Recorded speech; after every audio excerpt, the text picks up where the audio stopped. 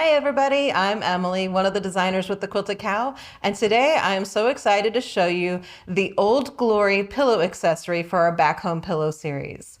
First though, I want to thank our sponsors. We are sponsored by Husqvarna Viking Machines and Creative Grids, Rulers, Mats, and Cutters. So let's get started.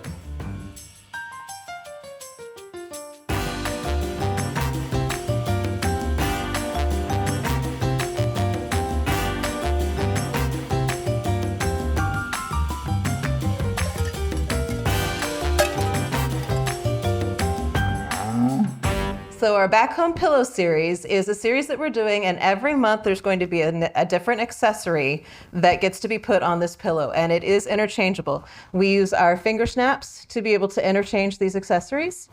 The pillow itself, it is the Back Home Pillow. So this pillow kit is sold separately. The kit will include everything that you need in order to make the pillow cover. It does not come with the pillow inside of it, but you're going to be able to make a quilted pillow out of the kit. It's going to have the pattern and also the finger snaps so that you can interchange your accessories.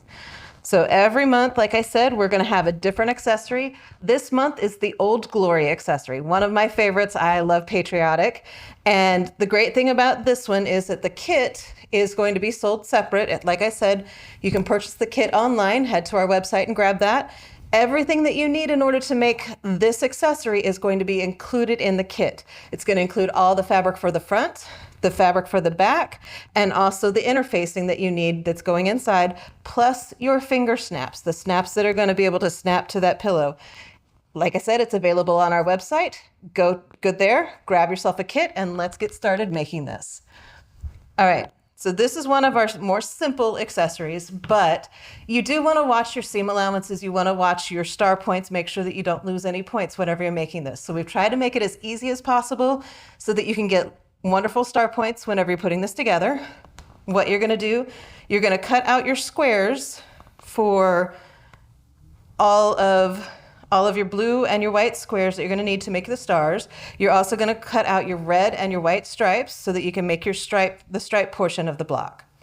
Once you get your squares cut out, you also have a couple of rectangles out of the blue that are going to border each star. And then once we've got all that, we're going to get started. Make sure that you label your pieces as you go along. If you need to label your pieces, one of the things that will come in handy are these number and letter pins, the ABC 1, 2, 3 magic pins. They are great. You can just pull out the pin, and whenever you cut out your A piece, you just pin an A to the A pieces. Continue on through your alphabet and label all of your pieces that way. All right, so you're going to take your white squares. You're going to draw a line diagonally, corner to corner on the back side, on the wrong side of that white fabric. Lay it right sides together with your blue fabric, and then you're going to sew a 1/4 inch on either side of that line. Once you get that made, this is how we're making our half square triangles for the star points. Once you get that sewn, you're going to cut on your drawn line, and then we're going to iron this open. Now, usually we tell you to iron it to the dark side. This time we're going to have you iron one half square triangle to the dark side and the other half square triangle to the light side. That's going to come in real handy in just a little bit whenever we go to start piecing the star together. It's going to make sure that all of our points are going to stay lined up. So I'm going to take this to the iron and iron this down real quick. The next thing we're going to do is we're going to trim up these half square triangles. Now, to trim up these half square triangles, it would be nice if you had a 1.5 inch square ruler, but I don't have a 1.5 inch square ruler, so I'm going to use any ruler that has any square ruler that has a 45-degree line going straight through the square. Really super simple to do this. You're going to line up your 45-degree line with the seam line on your half square triangle. So you want that to sit there, and then I like to trim a little bit off of both sides. So I'm going to go ahead and, even though this is on the 2-inch mark, I'm going to turn it around and I'm going to trim off of the other side as well. So go ahead and line it up where that is there, and I'm going to straighten out those two edges. So just take my rotary blade and cut up the side and across the top. And then I'm going to turn this around, and now I'm going to line up the 1.5 inch marks with the edge of that straight edge that I just cut. So what we're going to do now is we are going to put the blues together. So the whites are on the outside, and we're going to sew the blue side together. And if you need it to line up for yourself like this, you always want those, you want it to make a V. All right, the whites on the outside, the blues are going to be touching in together. And we're going to line this up. And this is why we pressed our seams in opposite directions. Because whenever we sew this together, we're going to nest these two seams. They're just going to kind of lock together nicely where we want them to be. And we're not going to get any shifting. We're not going to lose that nice point that we want to have. So let me take this over to the sewing machine and I'll get this sewn together and show you what it looks like whenever I'm done. And I want to show you what this looks like so that you can see now we have a nice point down here. It's a 1/4 inch seam allowance right there. Now, one of the things that I've done, and you may notice whenever I turn this over, is that I went ahead and I pressed these seams open. All right, so these two squares, these two half square triangles sewn together are going to be the same distance as your middle square here. So that's going to line up just like that. And then you're going to take the others that you've made and you're going to sew another square on the outside of each one of those. Once you have those done, if you want, you can always square up and make sure that you've got the right width of this. You can always square this up, make sure that it is the correct width. You might notice that my seam may have been slightly scant, so I can always trim that up if I want to. I'm all right with it because I know about where it's supposed to go. But I'm going to line this up here. I'm going to sew a 1/4 inch here, press this open, and I'm pressing this to the white square so that whenever I go to put these on, and I've pressed these outside squares to the blue squares, and whenever I go to put these on, this seam and this seam is going to nest with each other. So let me go ahead and sew these star points to the right side of the white square. Okay, so I've got that added there. And like I said, I went ahead and pressed my seam allowances to the middle square. And these seam allowances are pressed to the outside squares. So now whenever I go to put these together, these are going to nest really, really nicely. In order to make sure that everything matches up really nicely though, you can also go ahead and add, there's my pins. You can add a couple of pins to this if you would like. All right, so we've got that sewn together. Now I'm just going to press this open. And at this point, it doesn't really matter if you press the seams, which direction you press the seams. Another thing I wanted to tell you real quick is that when you're sewing this together, you may notice that as you sew along, if you are on sewing this seam and you don't want to lose this point, if you keep your thread to the seam allowance side of that point, then you're going to make sure that you have a nice point here. If you end up sewing too far over and get on this side of where that point meets, then you're going to end up losing this little point right here. It's going to get buried in the seam allowance and you're going to kind of have a little bit of a curved star. So keep that in mind when you're sewing this together. Stay to the seam allowance side, just barely. Don't get too far off, but you can just barely keep it to the seam allowance side and keep your points nice. All right, so I now have this star done. And one of the things that I like to do on this one, like I said, it's going to help you in the long run, making sure that everything is going to match up nice, is go ahead and trim this up to a 4.5 inch square. So the first thing I'm going to do is I'm going to add my side borders, these little rectangles here. So I'm going to take it over the machine. I'm going to put one on. I'm going to put a border on each side. So let me go sew that. I'll show you what it looks like whenever I finish it. All right, so let's get this pressed.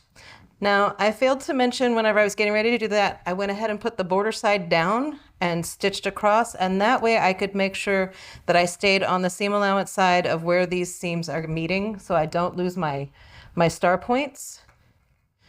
And if you kind of bury a star or bury a little bit of a point, that's okay. And I'm going to pin, and then I'll take it over to the machine. Once again, put the border side down so that I can see if I'm losing my star points or not. Make sure that I don't lose those points. And then I'm going to sew 1/4 inch across both sides. And I'll bring that back to you whenever I've got it finished. And our star block is finished. So we have our star block, we have our second star block that I already made, and then we also have our stripes block. Very simply put, you're gonna have your stripes, you're gonna add them together, super easy. And then your stars and your stripes are gonna be put together just like this. So I'm gonna take this over to the machine. I'm gonna sew a star on either side of the stripe. I'll show you what that looks like whenever I get back, and then we're gonna finish this out. And you may notice that my seam allowances on my stripes block was a little bit shy of the 1/4 inch, so it made these stripes a little bit long. What I did was I lined up one of these in the middle of that, and then I lined the other one up whenever I went to sew it on. I just laid it over and made sure it was even top to bottom. So I have a pretty even block here. And the next thing I'm going to do is I'm going to go ahead and put my interfacing on here. Now, you will cut your interfacing to the 6.5 by 15.5. And then I like to lay the interfacing down and press from the block side. So now, because I just to make it easier on myself, I am going to go ahead and trim off the extra red that's on top. So once we've got that done, I'm going to take my backing fabric, and like I said, your kit is going to include the backing fabric as well. So I've got my backing fabric, and I'm going to put it right sides together with my block. This is cut to the same size as the block and the interfacing. So we've got it right sides together with the block. What I'm going to do now is I'm going to take some clips instead of pinning, because this really isn't going to shift around too much. All we're doing is just holding it in place.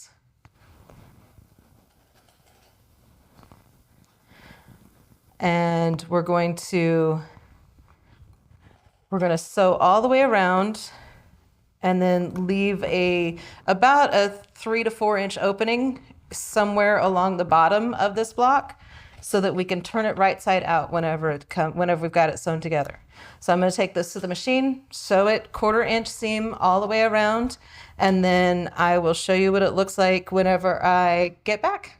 All right, so the last thing we do before we turn this right side out is clip our corners just to reduce the bulk in the corners. Make it a little bit easier to get nice sharp points in those. Got it clipped. Turn it right side out. And I hope that you remembered, but I forgot to mention, go ahead and backstitch the beginning and end of that opening so that you make sure that your threads are nice and secure and you don't end up ripping out stitches as you're turning it right side out.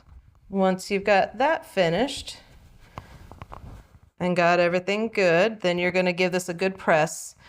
And I have to admit a little mistake that I made today. I went and left my dark blue thread that I was planning on doing my top stitching at home today, so I'm not going to finish this out on camera, but the next time you see this accessory, it will be finished. It will be top stitched all the way around with a dark blue thread, just like the accessory on the pillow here. But I want to just show you real quick once you've got this. And then I like to go around once again. Like I said, I do want to do a matching thread to my blue. That way it doesn't stand out. White would stand out really bad on this. So I would just do an 1/8 inch seam all the way around, top stitch that. That's going to close that opening. Once you have that done, I'm going to borrow my already made accessory to show you. You're going to install your snaps. Now, to install the snaps, it is really quite simple. You're going to take your ruler. And see, they uninstall pretty easily too. You're going to take your ruler and you're going to measure a 1/2 inch from the side and from the top or the bottom, whatever it is. So you come in and you measure and use a marking utensil. Friction pin works just fine. And you're going to make a mark right there where that 1/2 inch in and down is. Grab your seam ripper, put that in where that mark was, and then you're just going to kind of roll it in so that you can cut a little hole all the way through so that the shaft of your cap will go through that. Once you get that done, you're going to put your cap through there, get all the extra fabric out of the way, And you're going to install a stud side of your snap to the top and a socket side to the bottom. If you are unsure of which piece needs to go to which, check your pillow that you've already got these snaps on. Make sure that your pillow has the opposite side snap in the top of the pillow and the bottom. The great thing about this accessory is that if you accidentally get it mixed around, it's okay.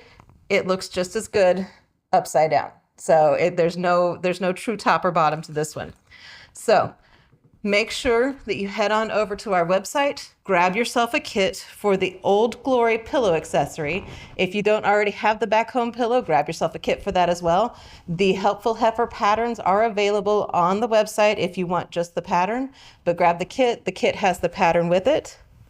And I turned it upside down, so of course it's not going to snap together. All right, so now, now that I've got it right side up, I'm going to snap this together and show you just how easy it is to change the accessory on your back home pillow. Go to our website, grab yourself a kit. Happy sewing. Thanks so much for watching. Don't forget to like and subscribe to our videos. Have a great day. Okay, you wicked cool quilters, good job. You made it to the end. We would like to thank our sponsors, Husqvarna Viking Sewing Machines, Creative Grids, rulers, rotary cutters, and mats. Thanks for watching.